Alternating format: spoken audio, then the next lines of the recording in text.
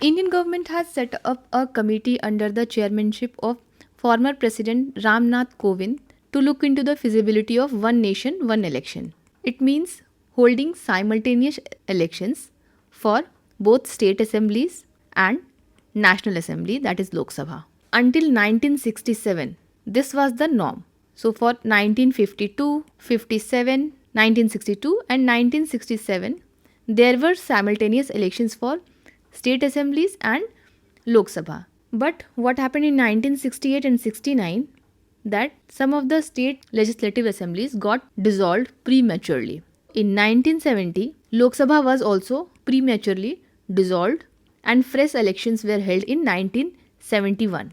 This disrupted the cycle of simultaneous elections. Later on, number of parties thought about this. In 1999, the 178th Law Commission report suggested for one nation, one election. In 1983 also, Election Commission in its report suggested for one nation, one election. It was again discussed in 2015 when the Parliamentary Standing Committee on Personal Public Grievances, Law and Justice, headed by E.M. Sudarshan Nachippan, recommended simultaneous elections. So, what are the arguments in favor and what are the arguments against this one nation, one election? First, it will reduce the expenses, so lessen the burden on the exchequer. So, it's about financial resources, better management of financial resources. Regional parties will be able to manage their financial resources. In the same expense, campaigning could be done for both state legislative assembly and for national assembly. Second, it will help in managing the policy paralysis. What is this policy paralysis? So during every election there is a model code of conduct during which all the development projects are stopped, no new projects are launched. This causes a policy paralysis.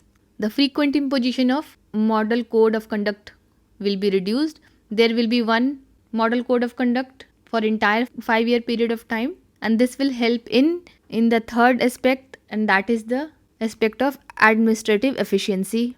During elections, officers are involved in election duty for conducting free and fair elections.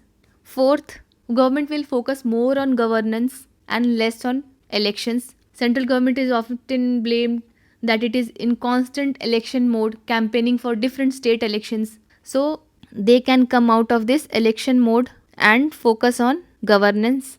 Fifth, reducing expenses will also mean that there will be less use of black money and less circulation of black money in the market. Then, according to Election Commission, it will also increase voter turnout because people can vote for both elections at the same time.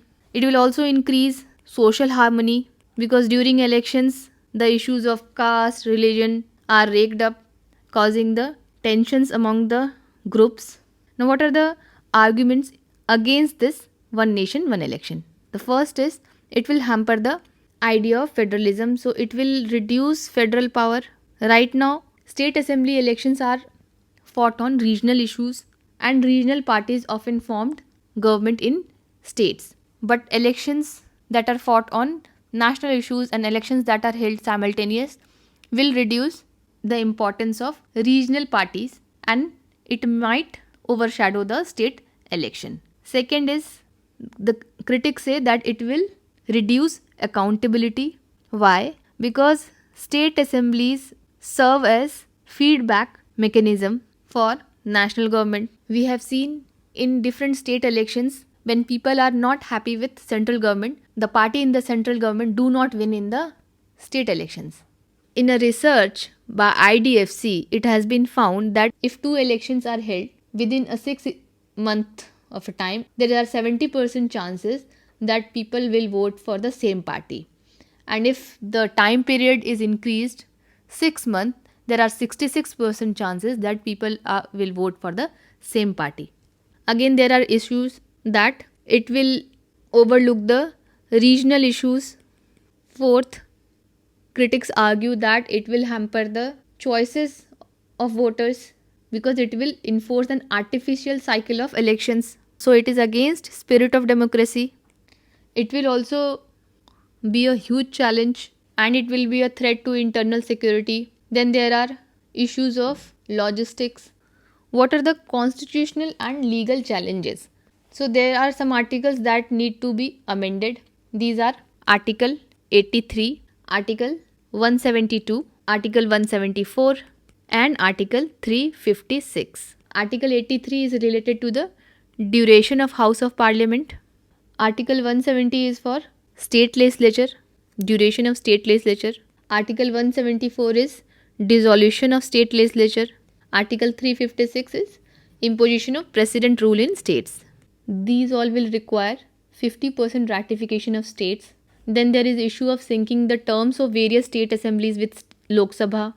Some states will need to curtail their terms while some will have to extend theirs, and this will be a major challenge. Then there is requirement of at least 30 lakh electronic voting machines, EVMs and VVPAT machines, and deployment of central forces around the country during this simultaneous election. So there are huge logistical and legal challenges. However, this idea should be discussed and should be taken into consideration because it will save a lot of money and lot of time, will bring efficiency. So much time is lost during campaigns which could be used for effective governance. There are countries which do this, such as Belgium, Sweden and South Africa, and India will be the fourth country to do this, and the world's biggest democracy, setting another unique example. What do you think about this? Let me know in the comment section, and for more such videos subscribe to the channel.